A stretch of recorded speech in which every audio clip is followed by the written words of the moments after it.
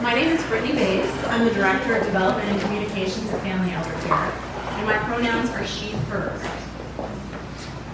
So again, I want to thank everyone for attending. Family Elder Care is all about building a more livable and inclusive Central Texas. And today we're going to take you through a little bit of our history and how we got to where we are today. First, I want to thank all of our board members who are here today and for their dedication and support. There was a really busy year last year during our CEO transition, so thank you so much for your commitment. Also wanted to thank a couple special donors in the room. The St. David's Foundation, and I know Vac is here, has been one of our most dedicated and generous supporters. We made a big investment in Family Elder Care a few years ago when we wanted to start expanding. And it's really thanks to St. David's commitment and belief in us that we have grown 5 times our size over the last 5 years. Wow. And I also want to thank Janet Delaney and the Andrew Delaney Foundation, who is here, because they have invested in our future.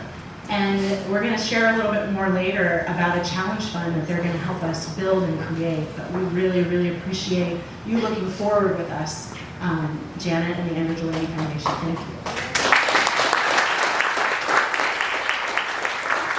So I'd like to introduce you to Joyce Hefner. She is one of our longest tenured and most revered team members here at Family Elder Care.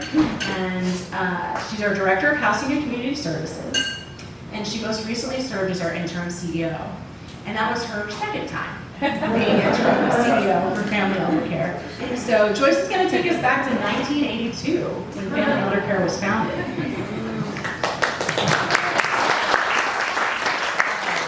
morning, everybody. Thanks for the introduction, Brittany.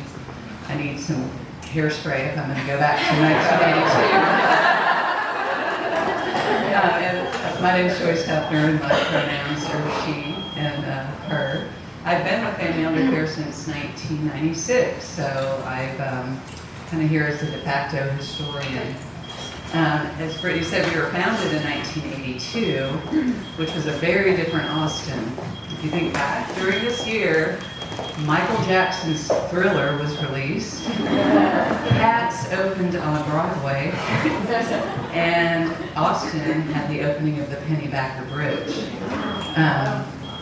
So we had a population in Austin of just over 400,000 people at that time. And the network of those focused on the needs of older adults and adults with disabilities was very small. But we were fortunate that it included our founders, Jackie Lalong and Tina Dubin. Their program serving family caregivers with resources and education laid the foundation on which we are built. A foundation rooted in responding to community needs and a focus on quality of life and dignity for our clients. In 1986, a task force was formed to address abuse, neglect, and exploitation of older adults in Travis County. Jackie participated as a member in the task force, and a key recommendation of the group was to establish a guardianship program for the county. This was championed by Judge Guy Herman, who was just with us and had to leave for court. And he approached Jackie about starting the program at Family Elder Care. Jackie took on the challenge, and Family Elder Care became the official guardianship program for Travis County, sealing our commitment to fight abuse, neglect, and exploitation. We also added what we now call our Financial and Housing Stability Services as a companion program. Financial support provided an alternative to guardianship, offering continued independence for our clients. Shortly after this, in 1998, Family Elder Care established ourselves as the go-to source of information and referral services for older adults in the Austin area. Before there was 211, there was Family Elder Care. We maintained an information and referral hotline and produced an annual resource guide for over 10 years. As the local landscape evolved and services like 211 were established, we modified this program to provide consultations to individuals, families, and through employee assistance programs. And our experience speaking to many, many hotline callers was the catalyst for our annual summer fan drive, in-home care, and in-home counseling programs. The 1990s brought our summer fan drive, in-home care services, and our first collaboration through which we provided shelter and supportive services to older adults and adults with disabilities experiencing homelessness. During this time, we established a model for providing supportive services in affordable housing as well, which has evolved into our service coordination program. Our experience with our shelter program led to our commitment to affordable housing and the desire to establish permanent, sustainable, affordable housing communities. Our motto at the time was, "A neighborhood was a good place to go old." Our vision came to fruition with the opening of this wonderful space, Lions Gardens, in 2004. Creating our own affordable housing and partnering with other providers such as the Housing Authority, which we have representatives here as well, led us to launch our Healthy Aging programs. This comes from our desire to not just create a safe, affordable housing space, but to create a space where residents have connections and are engaged in the community. Our population as a whole is living longer, and we recognize that providing activities and healthy aging programs through services such as Lifetime Connections Without Walls, a virtual activity program, and our Healthy Connections on-site programs would enhance the quality of life and well-being for our clients. We also launched our in-home counseling program in 2009 to provide affordable, accessible therapy services to homebound older adults. Our focus on dignity and well-being has guided us as we have grown and expanded over the years. We provide essential services to prevent and stop abuse, neglect, and exploitation. We provide safe, affordable housing and promote healthy aging for our clients. We advocate for the rights of those living in poverty, the unhoused, the LGBTQIA+ older adult population, and many others who may be left behind. I'm happy to have the opportunity to share with you today our rich history, and thanks to all of you who have been part of it to this point in time, and we look forward to working with y'all in the future. So I will turn it back over to Brittany.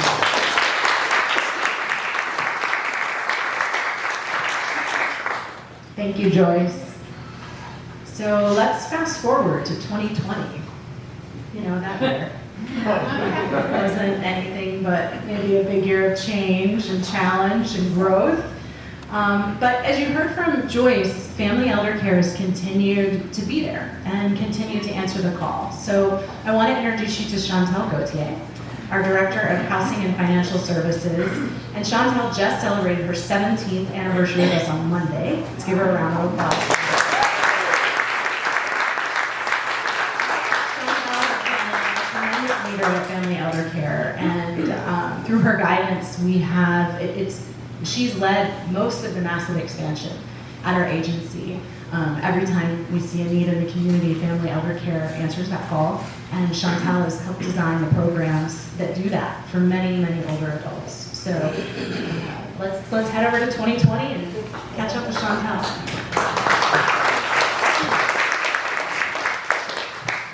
Thank you, Brittany. I am going to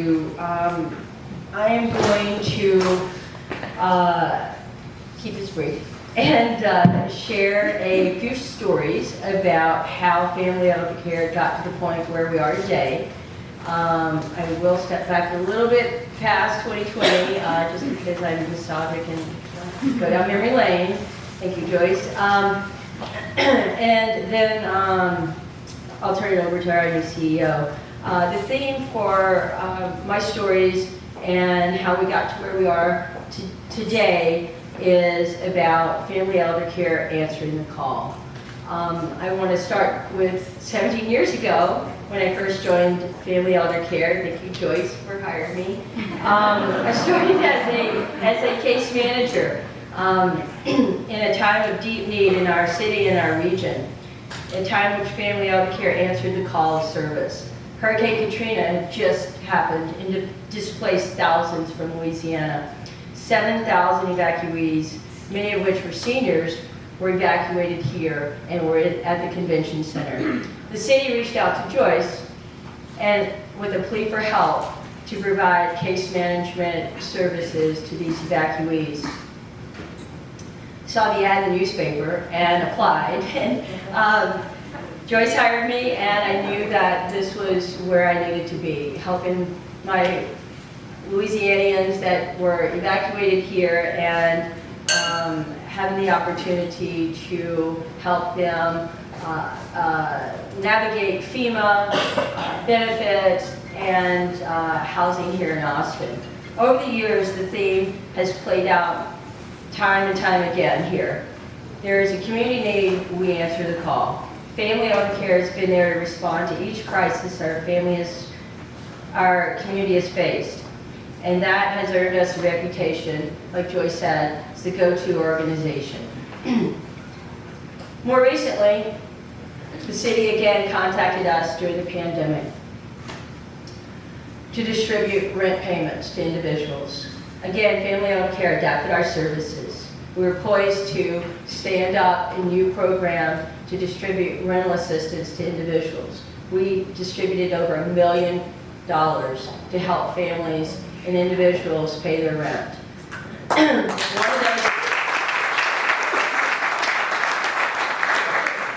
One of those individuals was Cheryl. Cheryl recently lost her husband and was in the midst of grief and found herself facing eviction. At 70 years old, after a life of service providing therapy for prisoners, she was in a desperate situation. She was referred to us by the Neighborhood Community Center to help with rent payments. We immediately enrolled her, built a rapport with her, and enrolled her in our counseling services to help with grief and in benefits enrollment to help her apply for additional benefits. We were even able to renovate her home so that now she is living in a new renovated trailer that she can afford.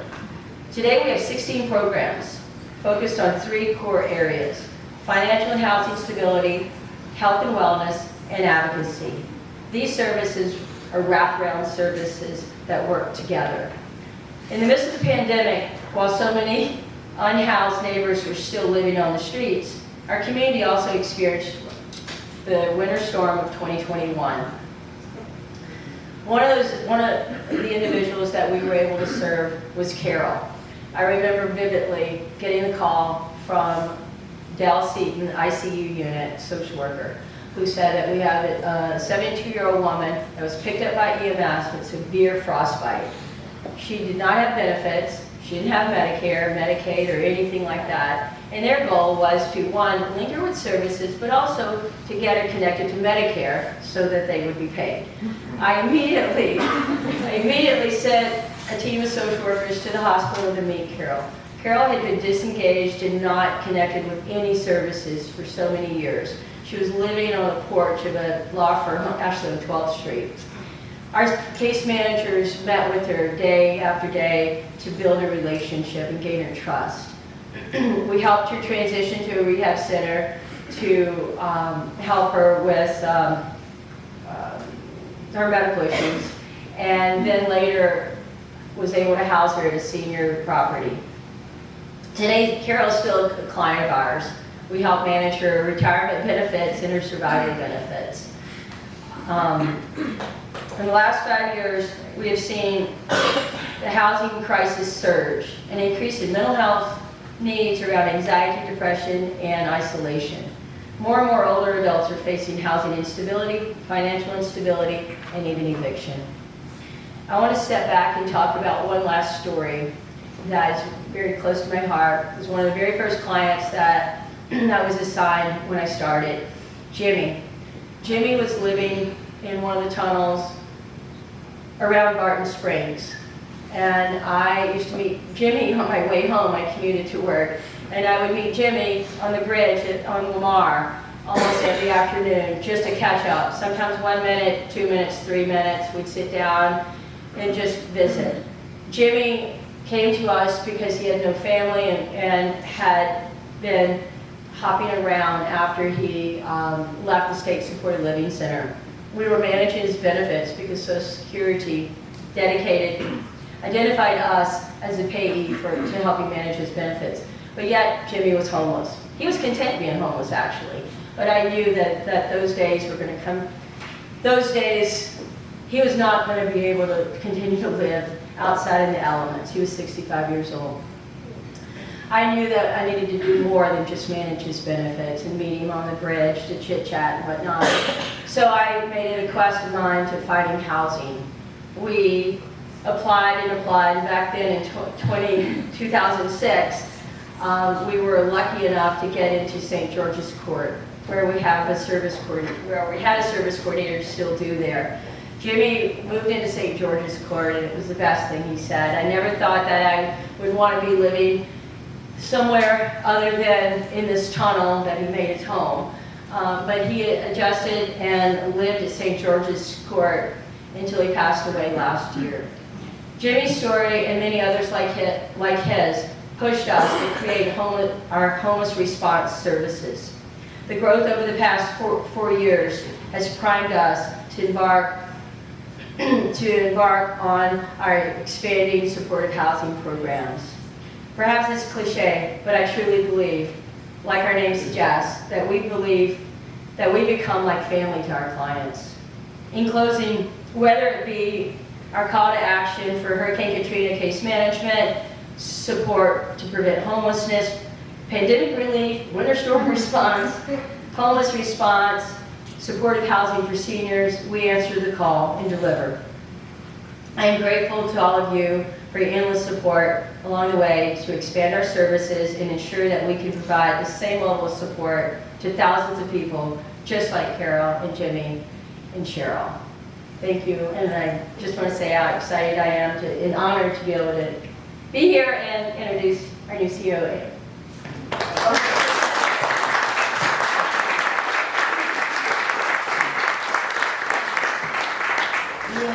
So we'll give you 2 introductions, Aaron. So yes, as you've heard, we're larger than ever and ready to serve the evolving needs of older adults and adults with disabilities. Just a reminder, we've grown 5 times our size since 2018. A lot of it during the last 3 years. So we now have over 150 employees. We serve over 10,000 clients annually and have 16 unique programs. But today, the real focus is about our future. And so we're very, very thrilled to introduce you to Dr. Aaron Alarcon. And he is deeply committed to economic and social justice and has a background in aging and disability. So we're so thrilled to have him as our new leader. Dr. Aaron Alarcon. Good morning. Buenos dias. Thank you, Brittany and Chantel, for the introduction, and thank you very much to all of you that have gathered with us this morning. Thank you for taking the time to come in with me and learn about my vision for family elder care.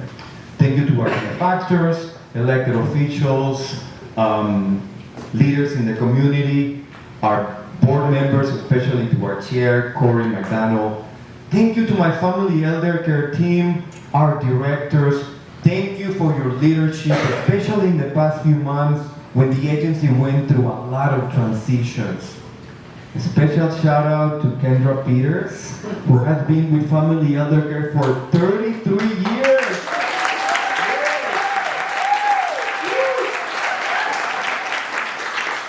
I was 1 year old. Kendra, you are a pillar to our agency. Thank you for your legendary service. As you know, I joined Family Elder Care on December 5th, a little bit over a month ago. Becoming part of the family, because that's what we all are here, a family, means a lot to me. It means returning back home. First, it means returning back home to my state, to my home state of Texas, after 10 wonderful years in California. For those of you that don't know, I'm originally from El Paso, and even with all of its challenges, Texas have always been and will always be home. Whenever my dear Californians wanted to talk ill about our state, I immediately stop them and say, don't mess with Texas. Second, joining Family Elder Care means returning to a field that has always had the most special place in my heart, the field of aging and disability services. Perhaps because I was raised by my grandmother, perhaps because one of my siblings has a developmental disability, but working with older adults and disabled individuals has always provided me a deep meaning in my life and a great deal of joy. And it is precisely with a lot of joy that I come here this morning to share with you about what I envision the future will be for Family Elder Care. Joyce and Chantel have shared with us about the past and the present of the agency. Knowing where we came from is essential to develop a path to where we want to go. And I have divided this vision of where we want to go, our vision for the future, in 3 parts. The first part is strengthening the foundations of the agency. And I can find a better way to illustrate this than by using the analogy of the flight attendant that reminds us that in case of an emergency during a flight, we must secure our oxygen first before we try to pass it to someone else. And here at Family Elder Care, we are going to do that by strengthening and streamlining all of our policies and procedures to guarantee that internally we have what it takes to keep up with the tremendous growth we've had in the past few years and that we'll be achieving in the future. And everything will be conceived and developed under the umbrella of diversity, equity, and inclusion. And by the way, I define DIA not just by diversifying the faces of the board or the staff. That is just the first step. DEI is not complete until we challenge the systems that created the need to have a DEI initiative. The second part of my vision, or as I call it, the micro, I'll explain why I call it this way here soon, is expansion. Family Elder Care has always responded to the ever-changing needs in our community, and we will continue doing so in the years to come. The future of Family Elder Care will bring expansion to our housing stability programs by embarking on 2 exciting projects. Pecan Gardens, which is a hotel that was put on our hands by the City of Austin, which will serve as supported housing for homeless seniors. And Rio Gardens, which is another supported housing community that is in the works under a never-seen-before tripartite partnership, public, private, and nonprofit sectors. We are anticipating that Pecan Gardens will open its doors this summer, and Rio Gardens will hopefully break ground this coming fall. But supported housing is not the only program that is going to grow. My vision is to also expand our guardianship department to other counties in Central Texas. Guardianship, in my view, is not only a way to decrease neglect and exploitation among older adults, but could be an option to stabilize homeless seniors that lack mental capacity to take care of themselves. I'm a firm believer that older adults thrive, stay healthy and strong longer when they remain at home, avoiding institutionalization. That's why we will expand our in-home support. We will also work hard to enlarge our health and wellness programs, including Rainbow Connections. And last but not least, we will increase our presence in the community, our fundraising, improve our partnerships and collaborations with every sector, strengthening the existing ones and developing new ones. And the third part of my vision is the macro. Remember how I mentioned that expanding services meant focusing on the micro, in other words, providing direct assistance to the community? The macro is facing the systems of economic and social oppressions that keep our communities marginalized. And how are we going to do it? By becoming better advocates. Family elder care is already doing a lot of advocacy, and we've been doing it for 40 years. My vision for the future is for our agency to develop an advocacy arm not only locally in our city and county, but on state and national levels. We'll start small, and with your help, we will go big. As Joyce and Chantel mentioned during the remarks, it would have been impossible for our agency to celebrate 40 years without the support from all of you and the people before you. For that, thank you. Muchísimas gracias. This is a new day for Family Elder Care. Would you join us in our journey to make Family Elder Care one of the leading champions for older adults and folks with disabilities in our country? I hope the answer is yes. Thank you very much.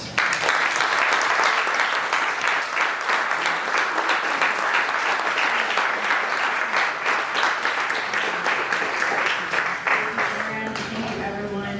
I just want to say again a deep, deep thanks to all of our supporters, our champions, advocates, funders. Erin's absolutely right. We could not have done the last 40 years without you. And so I'm going to ask you, I know many of you are already on our newsletter list, but go ahead and pull out your phone. And there's some QR codes around the room, and over by the table we have some that our team can pass out to you. But on familyeldercare.org you can sign up for our newsletter. And please let us know, what are the areas that you're most excited about for our growth? Is it health and wellness? Is it advocacy? Just let us know how you'd like to be involved in this vision, because we know we can't do it without you. And I also want to, again, thank the Andrew Delaney Foundation, because they are helping us launch a challenge fund. We know in order to sustain the growth that we've had, to shore up our infrastructure, and to continue meeting the evolving needs of the community, that we're going to be increasing our fundraising. So please share the stories that you heard today. Share them with friends, with colleagues, with partners. Let them know what we plan to do in the community, and invite them to join us. And you've got a card, so you can tell them how to sign up for the newsletter. And we hope you'll join our challenge, which we'll be announcing soon. So thank you so much again for being here. Thank you for joining us, and a warm welcome to our new CEO. And we look forward to seeing you again soon. Thank you.